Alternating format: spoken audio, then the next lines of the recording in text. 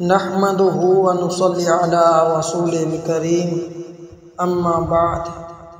عزیزان گرامی، اپنی کسی ضرورت، حاجت یا کام، اسی طرح بیماری کے لیے وظیفہ لینے کے لیے جاہل صوفیاء کے پاس نہ جایا بلکہ مستند علماء کرام سے وظیفہ لیا کرے۔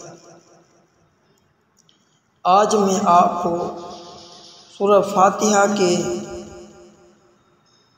مشہور وظائف بتاؤں گا۔ مشائخ نے لکھا ہے کہ اگر سورہ فاتحہ کو ایمان و یقین کے ساتھ پڑھے تو ہر بیماری سے شفا ہوتی ہے، دینی ہو یا دنیوی، ظاہری و باطنی۔ لکھ کر لٹکانا اور چاٹنا بھی امراض کے لیے نافع ہے۔ سیاح کی کتابوں میں وارد ہے کہ صحابہ رضی اللہ عنہم نے سام بچھو کے کاٹے ہوئے لوگوں پر اور مرگی والوں پر اور دیوانوں پر سورہ فاتحہ پڑھ کر دم کیا، اور حضور صلی اللہ علیہ وسلم نے اس کو جائز بھی رکھا۔ نیز ایک روایت میں آیا ہے کہ صائب بن یزید پر حضور صلی اللہ علیہ وسلم نے اس سورت کو دم فرمایا، اور یہ سورت پڑھ کر لعاب دہن درد کی جگہ لگایا۔ اور ایک روایت میں آیا ہے کہ جو شخص سونے کے ارادے سے لیٹے اور سورہ فاتحہ اور قل هو اللہ احد پڑھ کر اپنے اوپر دم کر لے تو موت کے سوا ہر بلا سے امن پائے گا۔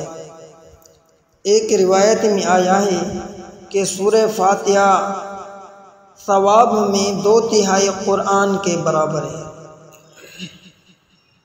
ایک روایت میں آیا ہے کہ عرش کے خاص خزانہ سے مجھ کو 4 چیزیں ملی ہیں، اور کوئی چیز اس خزانے سے کسی کو نہیں ملی۔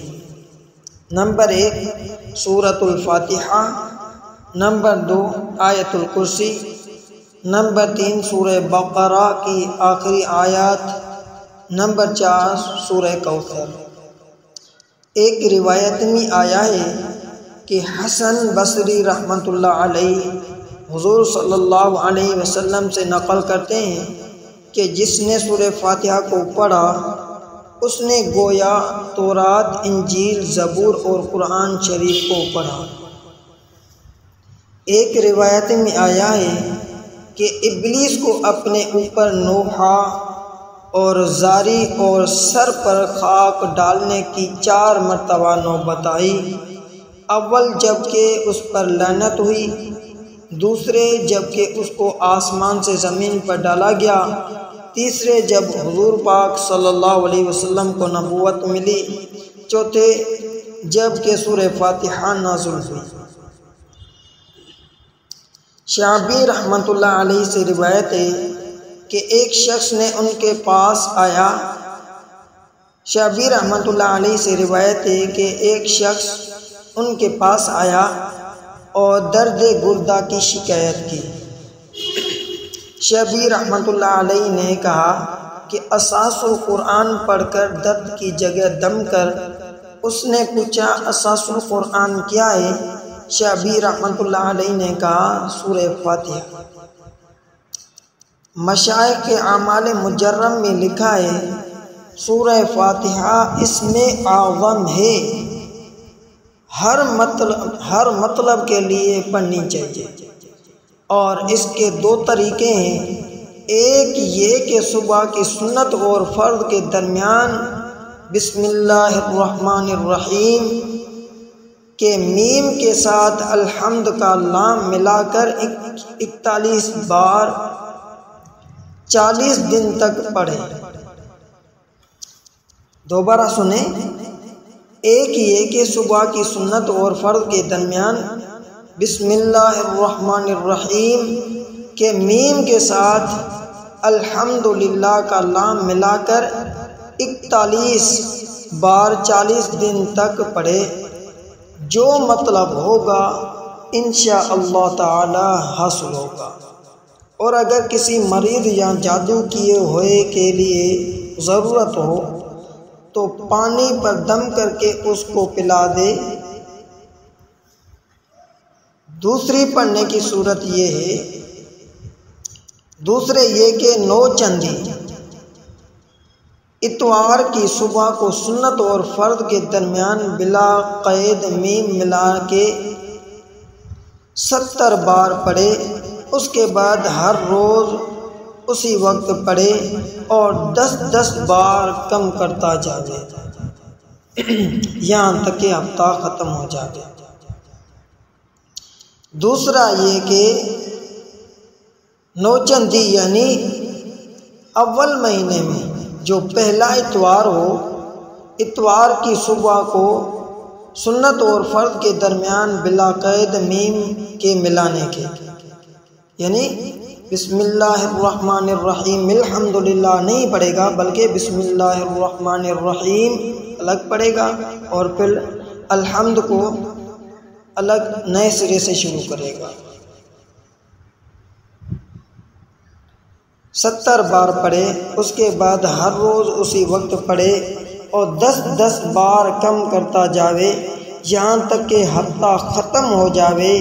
اول مہینے میں اگر مطلب پورا ہو جاوے فبیا تو بہت مناسب ہے، ورنہ دوسرے تیسرے مہینے اسی طرح کرے، چھوڑے نہیں، وظیفے کو لازم پکڑے تو انشاءاللہ اس کا مطلب پورا ہو جائے گا۔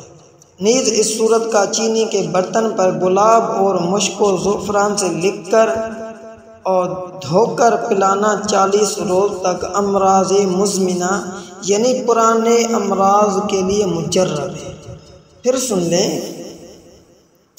اس صورت کا چینی کے برتن پر گلاب اور مشک و زعفران سے لکھ کر اور دھو کر پلانا 40 روز تک امراض مزمنہ یعنی پرانے امراض کے لیے مجرب ہے۔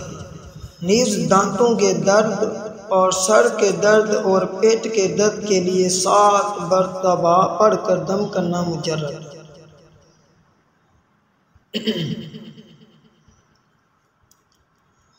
مسلم شریف کی ایک حدیث میں ابن عباس رضی اللہ عنہ سے روایت ہے کہ حضور اکرم صلی اللہ علیہ وسلم ایک مرتبہ تشریف فرما تھے۔ حضور پاک صلی اللہ علیہ وسلم نے فرمایا کہ آسمان کا ایک دروازہ آج کھلا ہے جو آج سے قبل کبھی نہیں کھلا تھا۔ پھر اس میں سے ایک فرشتہ نازل ہوا۔ حضور پاک صلی اللہ علیہ وسلم نے فرمایا کہ یہ ایک فرشتہ نازل ہوا جو آج سے قبل کبھی نازل نہیں ہوا تھا۔ پھر اس فرشتہ نے عرض کیا کہ 2 نوروں کی بشارت لیجئے جو آپ سے قبل کسی کو نہیں دیے گئے، ایک سورہ فاتحہ اور دوسرا خاتمہ سورہ بقرہ یعنی سورہ بقرہ کا آخری رکوع۔ ان کو نور اس لیے فرمایا کہ قیامت کے دن اپنے پڑھنے والے کے آگے آگے چلیں گے۔ جزاکم اللہ خیرا۔